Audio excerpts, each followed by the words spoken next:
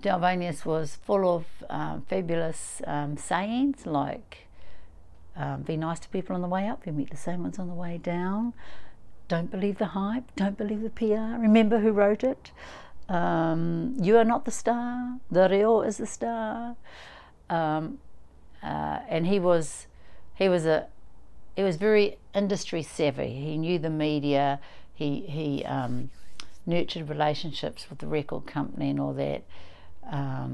He knew how in those days that certain record shops were part of the counting system for getting things up the charts. So he got people to go en masse in there and buy stuff. And so I learnt that, you know, it was more than that. Music industry is more than just singing lovely and putting out a song. There was a lot of conniving and manipulating and plotting and planning that goes in the background. And he, being a plotter, got on very well with my husband at the time, Willie Jackson, who was equally a good plotter and equally ambitious for me. So they worked out a plan, and yeah, they were great together. They used to have little wee arguments and tiffs, but yeah, they're a good team. Dalvanius came up to me, he just said, you know, we need more Māori women in the New Zealand music industry. There aren't any. So you're it. So I'm going to take you to some modelling place and they're going to ta-ta you up and we'll take photographs. We've got this song and you're going to be out on my label, Maui, and here you go, meet Tim Murdoch, who wasn't the nicest person to us.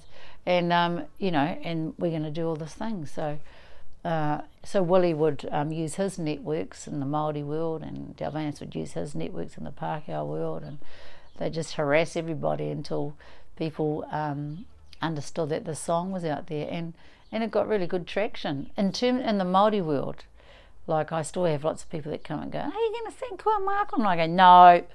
And my son, who's 26, told me that it was a party hit at university when he was there, and they'd just all sit around drinking, which is kind of ironic given the kaupapa of the song was moderation.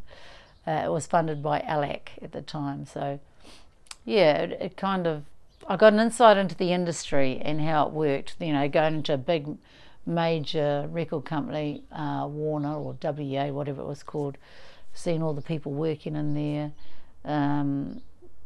making decisions about me and airbrushing the damn cover on the seat, you know, thing, so that I looked like a drag queen version of Cher, and then trying to shop Māori music out, and then that was really challenging for all of them. Yeah.